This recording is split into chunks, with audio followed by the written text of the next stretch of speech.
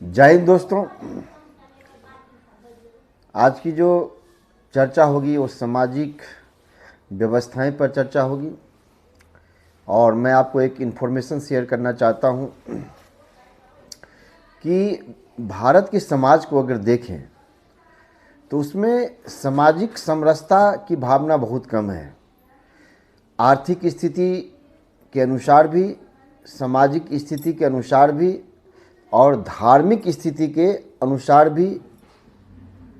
तो इसका क्या कारण रहा है? तो कहते हैं कि संविधान जब बना था तो उस टाइम में एक आयोग बनाया गया था जिसका नाम था 1953 ईस्वी में काका कालेलकर आयोग।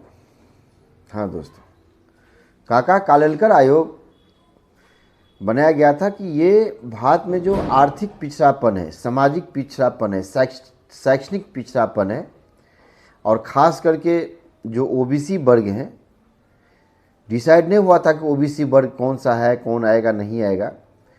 लेकिन 1953 ईस्वी में जब इस काका कालेलकर को इस आयोग का अध्यक्ष नियुक्त किया गया, अगर भारत का संविधान बनने के बाद इस आयोग की रिपोर्ट अगर प्रस्तुत किया जाता, उस आयोग की बात को अगर सुना जाता, तो भारत की जो अभी स्थिति है सामाजिक लेवल पर, चाहे धार्मिक लेवल पर, चाहे आर्थिक लेवल पर, चाहे शैक्षिक लेवल पर, वो अभी आपको देखने को नहीं मिलता। क्योंकि अभी जो चीज़ 1990 में देखा गया वो चीज़ जो है हम 40 और 50 साल पीछे रह गए, जिसके कारण भी बहुत सारे वर्गों में विकास नहीं हो पाया।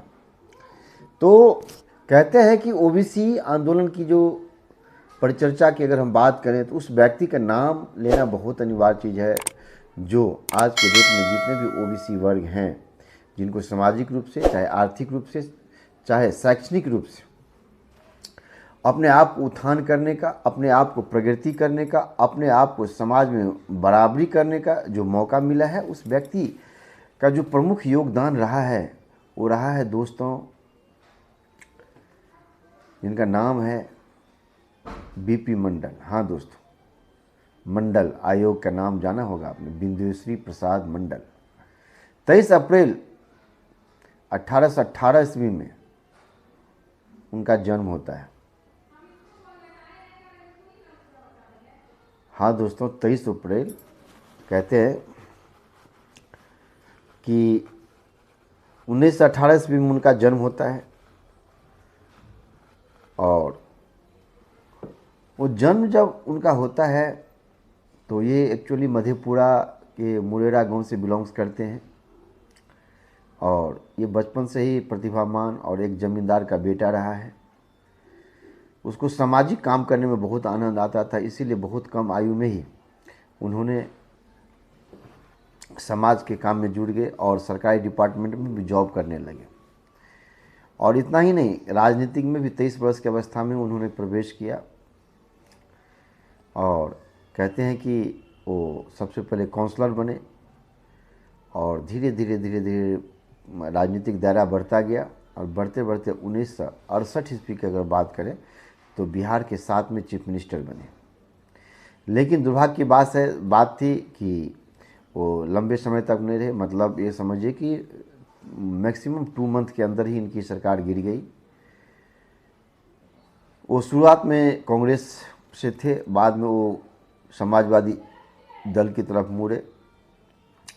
कहते हैं कि जब मोरारजी देसाई की सरकार बनी तो 1978 ईस्वी में इन्हीं को सामाजिक न्याय से जुड़ा हुआ जो व्यक्ति था तो बीपी मंडल को ओबीसी आयोग का अध्यक्ष बनाता है और ये हर वर्ग, हर कास्ट, हर जाति समुदाय को बहुत गहराई से समझता है और 1982 में अपना रिपोर्ट प्रस्तुत करते हैं।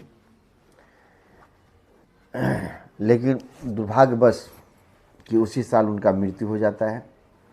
लेकिन विश्वनाथ प्रताप सिंह भारत का एक ऐसा प्रधानमंत्री बनते हैं जो 1990 ईस्वी में ये आयोग की रिपोर्ट को पूर्ण रूप से लागू कर देता है और ओबीसी वर्ग जो है अपने आप को 27% आरक्षण के साथ सरकारी जॉब में अपना बेनिफिट उठाना शुरू कर देता है। तो कहते हैं कि बीपी मंडल का बहुत बड़ा योगदान रहा है ओबीसी वर्ग को उठाने में, लेकिन हम पिछड़ गए। पिछड़ क्यों गए, इस पर भी हम एक वीडियो बनाएंगे।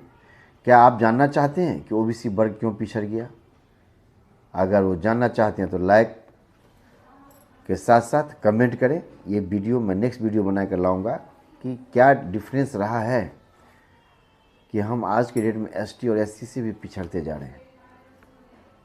अगर आपको वीडियो चाहिए तो नीचे में कमेंट में ज़रूर डालें। इसके साथ जय हिंद, जय भारत।